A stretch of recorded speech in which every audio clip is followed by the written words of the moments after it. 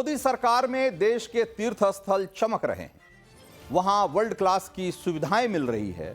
लेकिन आज से सैकड़ों साल पहले जब देश में न तो सड़कों का जाल था, न ही फोन और मोबाइल जैसे कम्युनिकेशन के साधन थे, तब उत्तर से दक्षिण तक और पूरब से पश्चिम तक भारत की संस्कृति कैसे एकजुट बनी रही, कैसे जंगल, पहाड़ और बियाबानों से गुजरकर हमारे पूर्वज सनातन के उन तीर्थों तक सुरक्षित पहुंचते रहे जिनकी उन्होंने सिर्फ कहानियां भर सुन रखी थी। यह कैसे मुमकिन हो पाता था? कभी आपने इस एंगल से सोचा है क्या? वो कौन लोग थे जो उन अनजान रास्तों पर हमारे पूर्वजों का मार्गदर्शन करते थे? कौन थे जो लुटेरे, डाकुओं से उनकी सुरक्षा करते थे? कौन लोग थे जो मुश्किल घड़ी में उन अनजान इलाकों में देवदूत बनकर उनके सामने प्रकट हो जाते थे? इन सारे सवालों की कड़ियां उन्हीं नागा सन्यासियों से जुड़ती है जिनके राष्ट्रवाद, धर्मनिष्ठा, शौर्य और बलिदान की अनसुनी कहानियां मैं आप तक महाकुंभ के नागा सीरीज में अब तक पहुंचाता रहा। इस स्पेशल सीरीज में आज आपके सामने गुजरात के कच्छ इलाके से जुड़ा 300 साल पुराना अध्याय खोलने वाला, जिसमें नागा साधुओं के प्रचंड पराक्रम की गाथा भी है और 1600 साल पुरानी उनकी सैनिक परंपरा का वो अनोखा रहस्य भी, जिसका खुलासा आपको चौंका देगा। तो गुजरात का कच्छ, जो कि क्षेत्रफल के हिसाब से भारत का सबसे बड़ा जिला है, उसी का मुख्यालय है भुज। वही भुज जिसे दुनिया साल 2001 में आए विनाशकारी भूकंप से ज्यादा पहचानती है। अब जब एक झटके में 30,000 लोग मारे गए और 1.5 लाख लोग बेघर हो गए थे। उसी भुज में आज से करीब 300 साल पहले नागा सन्यासियों का प्रचंड पराक्रम देखा था। उसी भुज में जब नागा साधुओं ने 50,000 सैनिकों वाले मुगल सेना के छक्के छुड़ा दिए थे। आप ये जानकर चौंक जाएंगे कि तब मुगल सेना को टक्कर देने के लिए 1100 किलोमीटर दूर हिंगलाज भवानी मंदिर से नागा योद्धाओं का जत्था भुज पहुंच गया था। हिंगलाज भवानी मंदिर की गिनती देवी के 51 शक्ति पीठों में होती है। सनातन का यह महत्वपूर्ण धर्मस्थल आज पाकिस्तान के सिंध के मिठी शहर में पड़ता है। लेकिन एक वक्त था जब इस मंदिर की सुरक्षा में नागा सन्यासी तैनात रहते थे। वही तैनात नागा योद्धा सन 1730 में भुज को मुगलों से बचाने के लिए आए थे। सवाल यह है कि भुज में आखिर ऐसा क्या था जिसकी वजह से नागा योद्धा 1100 किलोमीटर की दूरी 20 दिन में नापकर मुगल सेना से टकराने के लिए भुज पहुंच गए थे? इन्हीं सवालों में छिपा है आज के नागा एपिसोड का रहस्य भी। तो एक घटना सन 1730 की है, जब गुजरात में तैनात मुगल सिपहसालार शेर बुलंद खां ने भुज किले पर हमले के लिए भुजिया डूंगर यानी कि भुजिया पहाड़ के नीचे डेरा डाला था। बुलंद खान के साथ करीब 50,000 मुगल सैनिक थे। भुजिया डूंगर पर जाडेजा वंश के राजाओं ने 1723 में एक किला बनवाया था और इस किले से कच्छ से लेकर सिंध बलूचिस्तान तक एक बहुत बड़े भूभाग पर जो भी हलचल होती थी वो सब साफ साफ पता चलती। राजनीतिक और रणनीतिक दोनों दृष्टि से भुजिया डूंगर का किला बहुत महत्वपूर्ण था। इसीलिए मुगल सिपहसालार बुलंद खां इस पर कब्जा करना चाहता था। लेकिन इस पहाड़ का नागा सन्यासियों के लिए बहुत बहुत विशेष महत्व था। आदि शंकराचार्य ने नागा साधुओं को दशनामी परंपरा में बांधा तो उसकी एक डोर भुजिया डूंगर पहाड़ी से भी जोड़ दी थी। 8वीं सदी से ही भुजिया डूंगर पहाड़ी नागा सन्यासियों की साधना का केंद्र था। गिरनार और पावागढ़ की तरह भुजिया डूंगरी नाम पर जो है उन नागा सन्यासी योद्धाओं का लगातार आना जाना बना रहता था। गिरी, वन, अरण्य, योगी और पर्वत नाम वाले 5 तरह के नागा यहां खास तौर से आते थे। सनातन धर्म की रक्षा के लिए आदि शंकराचार्य ने नागा योद्धाओं की जो सेना बनाई थी, इन नामों में उनकी पहचान और उनका काम था, उनका जो कर्तव्य था, वो सब, उसका सारा रहस्य इन नामों में छिपा हुआ है। उन्हें जहां की रक्षा का भार सौंपा गया था उसका संकेत भी इन नामों में छिपा हुआ है। यह बेहद अहम जानकारी है जिसे उस दौर में नागा साधु एक सीक्रेट कोड की तरह इस्तेमाल करते थे। अपनी सैनिक पहचान बताने के लिए इसी नेम कोड के जरिए नागाओं की सेना देश के दूर दराज के इलाकों से होकर एक दूसरे से जुड़े रहते थे। उनके बीच संदेशवाहक का काम करने वाले नागा साधु रमता पंच कहलाते थे। आपको मैं बताता हूं कि साधुओं के जो नागा साधुओं के भीतर जो ये सूचनाओं के आदान प्रदान का पूरा जो मैनेजमेंट था, उसका रहस्य क्या था, जरा एक बार वो मैं आपको बताता हूं। तो एक बार इसको ऐसे समझिए कि आदि शंकराचार्य ने नागा सन्यासियों को 10 नामों में क्यों बांटा, आज उसका रहस्य आपको मैं बता रहा हूं। 10 नाम में दीक्षित ऐसे नागा सन्यासी एक दूसरे से जुड़े रहें, देश के कोने कोने में उनका आना जाना बना रहे, धर्म रक्षा और धर्म प्रचार का दायित्व भी निभाते रहें। इसके लिए आदि शंकराचार्य ने 4 पीठों के साथ साथ 4 मढ़ियों की भी स्थापना की, जिनकी 52 गढ़ियां थी।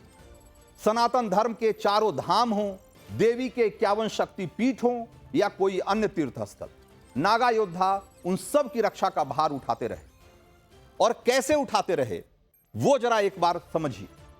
और ये पूरे देश भर में नागा साधुओं का जो पूरा नेटवर्क था, जो उनकी छावनी थी, उनकी जो मढ़ियां और गढ़ियां थी, वो कैसे पूरी तरीके से व्यवस्थित की गई थी और कैसे उसके जरिए पूरे देश में सारे तीर्थों की सुरक्षा का की पूरी जिम्मेदारी उनके ऊपर सौंपी गई थी, जरा उसको गौर से समझिए। तो इन नागा सन्यासियों को जो 10 नामी परंपरा, यानी कि 10 नामों वाली परंपरा, वो 10 नाम कौन कौन है? तो 10 नाम हैं। आपने बहुत सारे संतों के नाम सुने होंगे, जिनके नाम के आगे या पीछे गिरी, पुरी, भारती, इस तरह के शब्द आपने देखे होंगे। ये क्या है? जब आप आज इसका रहस्य जान पाएंगे और यह भी समझ पाएंगे कि यह परंपरा कहां से और कब से चली आ रही है और इसका मतलब क्या। तो सबसे पहले गिरी। गिरी का मतलब क्या होता है? पहाड़ी।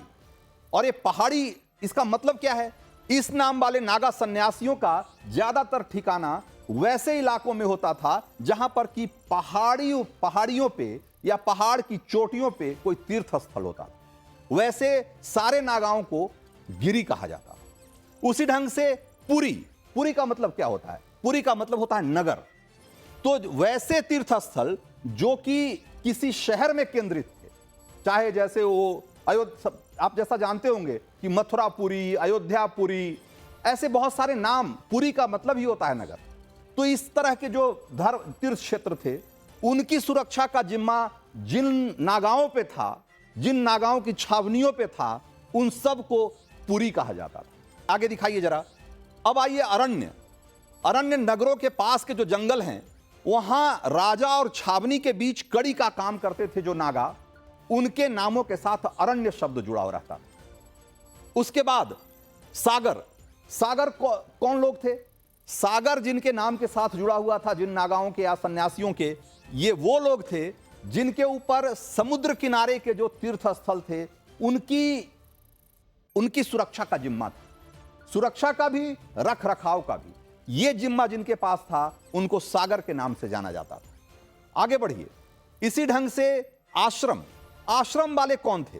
आश्रम का मतलब जैसा कि आप जानते हैं कि छावनी और मठ, यानी कि नागाओं की ट्रेनिंग का जिम्मा जिन लोगों पर था, जिन साधुओं, जिन संतों पर था, उनको आश्रम के नाम से जाना जाता था। और इनके पास शस्त्र और शास्त्र दोनों तरह की ट्रेनिंग का जिम्मा होता था, जो आश्रम से जुड़े हुए नागा थे। उसी ढंग से 10 नामी परंपरा में जिनके नाम के साथ सरस्वती जुड़ा हुआ है, वो अक्सर उनके जो ठिकाने होते थे, वो नदी, झरने या जलकुंड के आसपास होते थे। और इनके आसपास जो तीर्थ क्षेत्र होते थे, उसकी सुरक्षा का जिम्मा ये सरस्वती नाम वाले जो संत होते थे या जो नागा साधु होते थे, उनके ऊपर उसकी जिम्मेदारी थी। उसी ढंग से आगे बढ़िए। तीर्थ। तीर्थ कौन लोग कहे जाते थे, या 10 नामी परंपरा में जिनके नाम के साथ तीर्थ जुड़ा हुआ है, वो कौन लोग थे?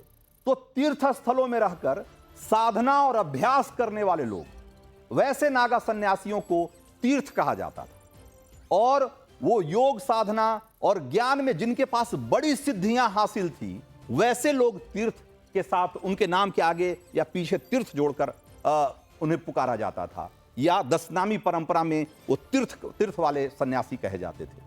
उसी ढंग से योगी कौन कहे जाते थे?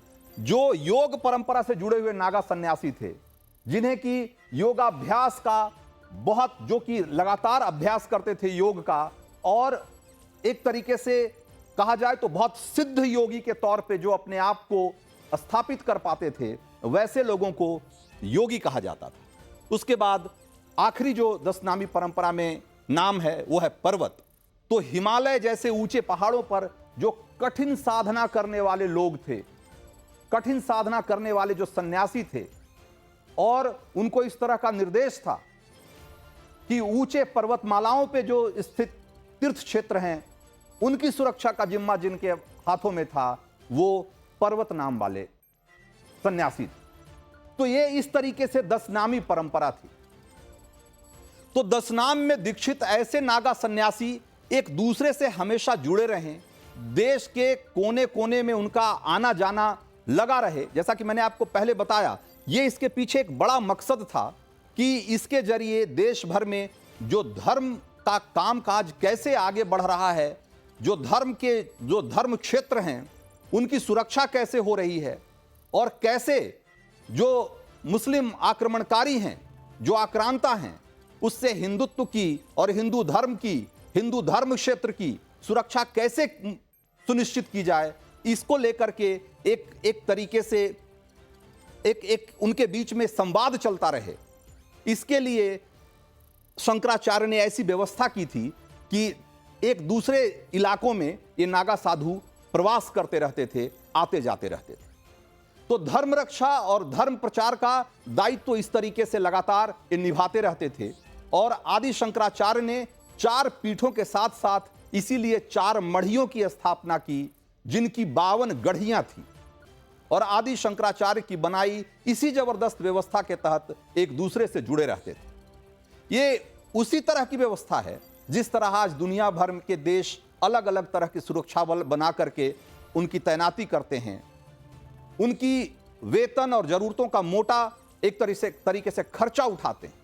लेकिन यहां गौर करने वाली बात यह है कि नागा सन्यासी सनातन के वो सैनिक हैं, वो योद्धा हैं जो आजीवन बिना वेतन लिए सनातन की सेवा और सनातन की रक्षा करते हैं, सनातन के लिए अपनी जान की बाजी लगाते रहते हैं।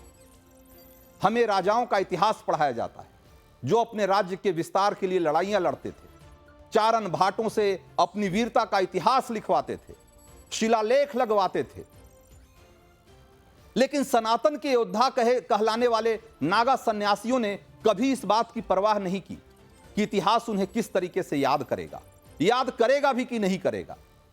वो चुपचाप धर्म रक्षा के लिए अपने कर्तव्य के निर्वहन में अपनी जान की बाजी लगाते रहे और पूरे भारत को राष्ट्रवाद और एकजुटता की डोर में बांधते रहे। अभी तक हमने नागा साधुओं के पराक्रम और बलिदान का जो अनजाना इतिहास आप तक पहुंचाया है, सबकी कड़ियां इससे जुड़ती है। गुजरात के भुज के भुजिया डूंगर पहाड़ी के लिए भी नागा सन्यासियों ने इसलिए जान की बाजी लगाई क्योंकि इसी पहाड़ पे मौजूद है वो नाग मंदिर जहां कई सदियों तक नागा साधुओं ने साधना की। वो नाग मंदिर आज भी भुजिया डूंगर पहाड़ी के शिखर पर मौजूद है। तक की सीरीज में हमने आपको बताया कि नागा साधुओं ने किस तरीके से इस देश में हिंदू धर्म और सनातन की रक्षा के लिए लगातार अपने प्राणों की आहुतियां दी है। ये एक उसका एक लंबा सिलसिला है। मैं आपसे अपील करता हूं कि आप इस सीरीज के जो वीडियो हैं उसको ज्यादा से ज्यादा शेयर करिए ताकि हिंदुत्व के, सनातन के उस गौरवशाली अध्याय से सब लोग वाकिफ हो पाएं जिसे आपसे और हमसे लंबे समय तक छुपाया गया है।